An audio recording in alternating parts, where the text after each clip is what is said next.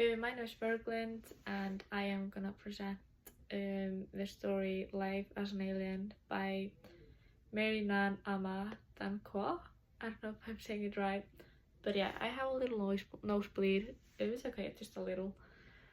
But yeah, this story is about moving to another country and feeling that you're different than the other and trying to fit in, like because you're different than the other people because of your skin tone or your background. And the author shares her experience when she moved from Ghana to the United States and how that affects her identity, and especially through food. So Dankwa moved to the US from Ghana when she was very young. In Ghana, she felt strong connection to her culture through language, family, and especially food. And I can relate to it myself as an international student coming from Iceland, where food is very different, culture, the safety, everything is very different, and the language too. She ate things like fufu and light soup, and those meals connect her to her root and makes her feel safe, feel like home. Like myself, I brought some Icelandic food to the United States. That has helped me a lot. Like I have here some vitamins that I take daily, just to remind me of home. And I have also like fish oil that I take to get my vitamin C that I don't need, vitamin D. I mean that I don't need here though, but in Iceland I do. Yeah, keep going. When she came to America, the things she found very different were the people didn't understand her accent. Moving from another country with a different accent can be hard. And they also made fun of her food and what she ate, and that is also very hard because you have known this food and you like it, but other people don't because they don't know it. And she also felt the pressure of changing how she spoke, how she dressed, how she ate, just to be accepted in the community here in the States. Even in her own community, people had strong opinions about her being too American, and this made it hard for her to figure out who she really was, because somewhere she was too American, somewhere she was not enough American. And she started to wonder, where do I belong, and what do I have to do to fit in?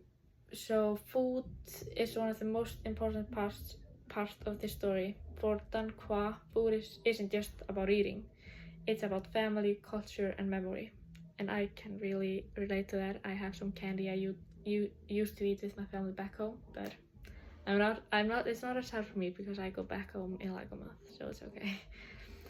In Ghana, the food was fresh and made with care, and not as processed as it is here in the States. In America or here, the food was different, fast, pre-packed, and often unfamiliar to her. As you know, America is just unhealthy, but yeah, that's okay. She felt out of place. People didn't understand her meals and why they were so special to her.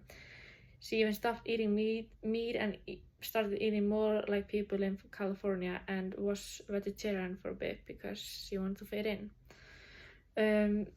And then she just realized that was not for her because she loved meat, and that made her happy and made her feel like home. So that is important to feel happy, even though it's just by eating meat.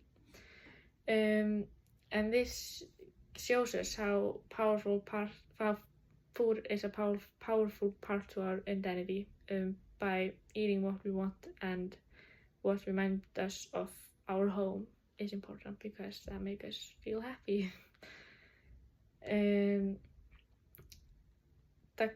Dankwa changed a lot to try to fit into the American culture. She changed her diet, like I mentioned. She changed her accent, so people would understand her, or so she wouldn't feel left out. And she stopped talking about the culture in Ghana in public because she was trying to fit in and didn't want people always to think about her and her Ghanaian culture and the part of her who was not from the United States.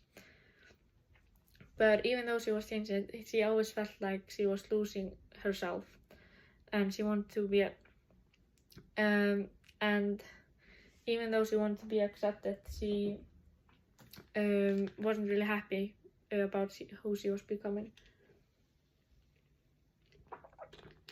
And this is something a lot of immigrants can relate to, and probably all the people who move, just even students, move from their home country to another country can relate to. But sometimes it feels like you have to hide the part of yourself to fit in or to be accepted in the place you're moving to. Like in Iceland, there everything is very liberal, but here in Fresno it's not. So I'm like, yeah.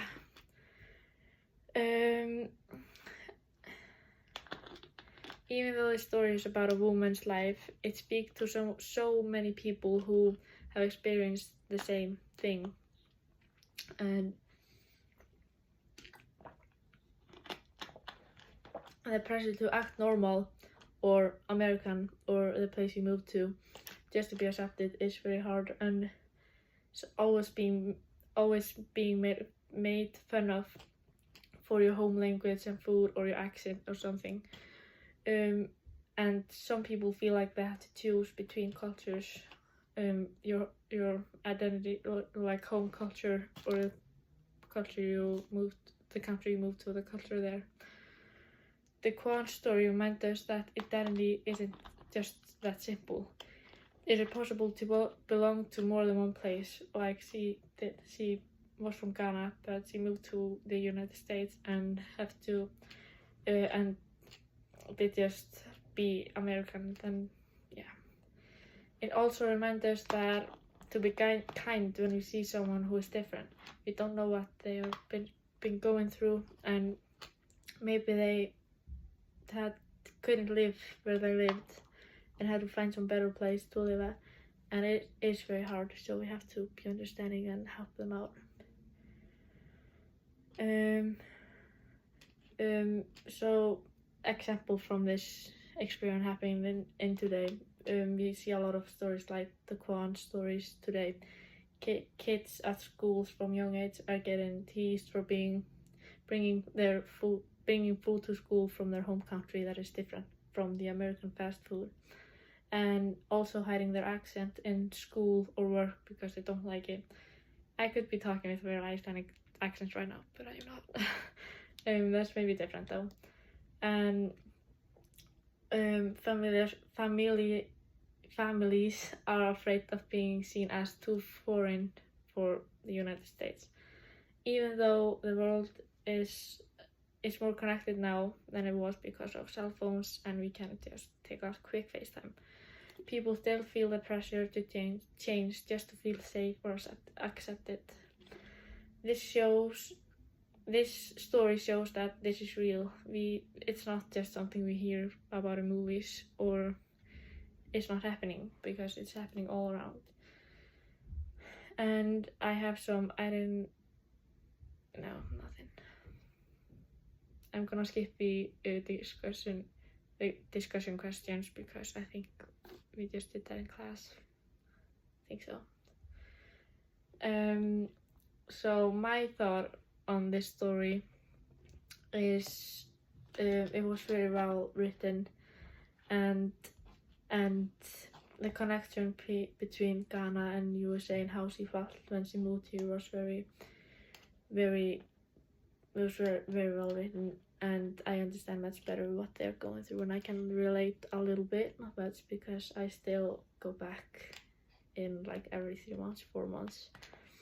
But it is hard to trying to hold on to someone you are while you're trying to be accepted in another place where you can't be that person anymore, because that's just not, you can't be accepted that way. Even though you don't have to be accepted, you just have to be yourself, I would say. And it's hard when people don't understand you because you want to fit in, but you can't, if you know. And Dan Qua teaches us that that you don't have to stop being the other culture or stop like doing what the other culture, your home culture, do to fit in. You can still eat the food you like from your home country. You can still dress that way. You can still speak that way if you want to, and you should be proud of where you're from and who the country you're from and the people who raised you there. And that makes her story powerful, that she shows that she can be proud and she should erase her nationality even though she doesn't live there anymore. So in conclusion, thank you for listening overall. I hope you find it fun and it was okay for this presentation. And yeah, just thank you for listening and have a great day.